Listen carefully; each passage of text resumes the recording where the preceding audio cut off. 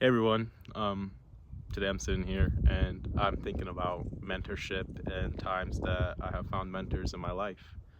So, starting off, I believe wholeheartedly that you are not going to pay for mentorship. I know a lot of people go online, buy courses, whether it be $100 or $1,000, where there is a promise of getting some sort of mentorship along the way. However, as being someone who purchased these programs before, it's more so you swipe your card, they give you access to a Discord or even their website that they built out, and that's about the extent of it. There's no one to walk you through that information and sit with you so you can digest it. So, in my experience, I found out those are internet gurus, and the times I found true mentorship were situations where I provided value for them in exchange for their knowledge. And the funny part is every time I received mentorship, it was in the place I'd least expect. So at the time, I was working at the airport and I just got my real estate license.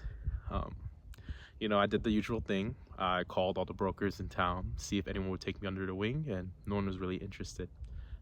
Why would they want someone that's green or doesn't know anything about the industry? What value can I provide to them? Nothing really. So I exhausted all my options, and one day at the airport, I was talking to a coworker, and lo and behold, he was an investor and had a multitude of properties and even a storefront. So I found mentorship in the most unknown places. You wouldn't expect that someone at the airport working a little bit over minimum wage owns 6+ properties, but that's how it was.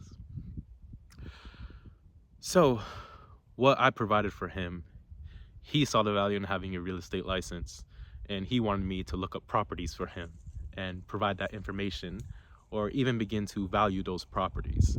In exchange for that, he told me what he saw was valuable when he was buying these properties and fixing them up. He would sit down with me every day at work, and even if times were busy during our downtime, he would sit down and explain to me everything that he's doing. And what I did? I just soaked it all in. I didn't talk. I didn't, try to act like I was this or that. I would just soak it all in, take mental notes, take actual notes, and listen to what he has to say. Listen to what he's doing and how he's thinking, because he is in a position where I want to be in the future. So, one thing that he told me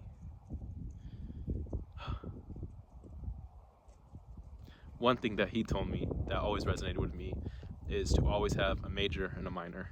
So, my major was real estate. My minor, I don't really know. I didn't have ideas. I was all in on real estate. But he suggested to get business as a minor. Just understand how businesses work because it will pay off in the future. Okay. Who am I? I don't know any better. So I took the time, focused on real estate. At the same time, I would carve out time to read more about businesses and just expand my knowledge. As for mentor number 2, this was a workplace mentor. I moved and I worked for a brokerage, and I work as an administrator role. So, I was shuffling papers. However, through there, I found the guidance of a mentor who decided to take me under the wing, and I was becoming more of his assistant. I wanted to see what a successful salesperson in real estate was like, and he showed me that. However, the thing I want to relate to you is that mentors are people too. They're not perfect. The kitties are running around. Mentors are people too. They're not perfect, and you have to kind of deal with it. So you have to understand that mentorships and mentee relationships aren't going to be perfect at all. With this mentor, the second one, I did learn a lot of great stuff, but at the same time, it was overwhelming. It was overbearing at times, because the things that I were asked to do, without getting too into it, were a little repetitive and like I would feel like it would be, do you really need someone to do that? But guess what? I sat down and did that because that was the only way that I could get that information. That was the only person to sit down with me and explain that to me. So the main thing you need to remember is with mentorship, it's always going to be unexpected. It's never going to be in the form that you want or expect, because that's just not how life works. And also, just ask. Just go around and ask people, like, oh, like, I'm learning this and that. Do you know anything about this? 100 people are going to say no, but you just need that one person to say yes. And that's really how you start your journey. That's how you learn. That mentor and mentee relationship is foundational. Like, even if you have to do the grunt work for a little bit, that's where you are at your journey. You are not above that.